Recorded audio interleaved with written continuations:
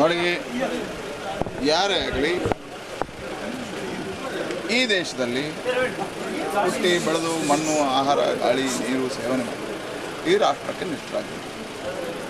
ಇನ್ನು ಈ ದೇಶದಲ್ಲಿ ಇನ್ನೊಂದು ದೇಶಕ್ಕೆ ಜೈ ಜಯಕಾರ ಆಗ್ತದೆ, ಅದರಲ್ಲೂ ವಿಶೇಷವಾಗಿ ಪಾಕಿಸ್ತಾನದ ಜೈ ಜಯಕಾರ, ಅದು ರಾಷ್ಟ್ರದ್ರೋಹದ ಕಾನೂನಲ್ಲೇ ಇದೆ, ಸಂವಿಧಾನ. ಭಾರತ್ ಮಾತಾಕ್ಕೆ ಜೈ ಹೇಳಿ. ರಾಜಕೀಯವಾಗಿ ನೀವು ಯಾವ ಪಾರ್ಟಿಗೂ ಬೈಬೋದು, ಯಾವುದೇ ನಾಯಕರಿಗೆ ಬೈಬೋದು, ಪ್ರಜಾಪ್ರಭುತ್ವದ ಹಕ್ಕು ನೀವು. ಹೋರಾಟಗಳನ್ನು ಯಾವುದೇ ರೀತಿಯಲ್ಲಿ ಮಾಡೋದು. ಆದರೆ ಈ ದೇಶದಲ್ಲಿದ್ದು ಈ ತಾಯಿ ಭಾರತಿಯನ್ನು ಆರಾಧನೆ ಮಾಡೋದು ಬಿಟ್ಟು ಇನ್ನೊಂದು ಪಾರ್ಟಿಗೆ, ಇನ್ನೊಂದು ದೇಶಕ್ಕೆ ಜೈಕಾರ ಆಗ್ತಕ್ಕಂಥ ರಾಷ್ಟ್ರ ವಿರೋಧ. ಹಾಗಾಗಿ ಇದರ ಮೇಲೆ ಕಠಿಣ ಕ್ರಮ ಆಗಬೇಕು. ಬಂಧಿಸಿದ್ದಾರೆ, ಕಠಿಣ ಕ್ರಮ ಆಗಬೇಕು ಅಂತ ಆಗ್ರಹಿಸ್ತೇನೆ. ಮುಂದಕ್ಕೆ ಇಂಥ ಒಂದು 4-5 ಕೇಸ್ಗಳು ಟೈಟ್ ಆದರೆ ಮತ್ತೆ ಜನ ಹೆದರ್ತಾರೆ. ಒಂದು ಎರಡನೇದು, ಇದರ ಹಿಂದೆ ಯಾರಿದ್ದಾರೆ? ಇವತ್ತು ದಾರಿ ತಪ್ಪಿಸುವಂಥ ಕೆಲಸ ಕಾರ್ಯಗಳು ಬೇರೆ ಬೇರೆ ನಕ್ಸಲ್ ವಿಚಾರಧಾರೆ, ಕಮ್ಯುನಿಸಮಿಂದ ಆಗ್ತದೆ.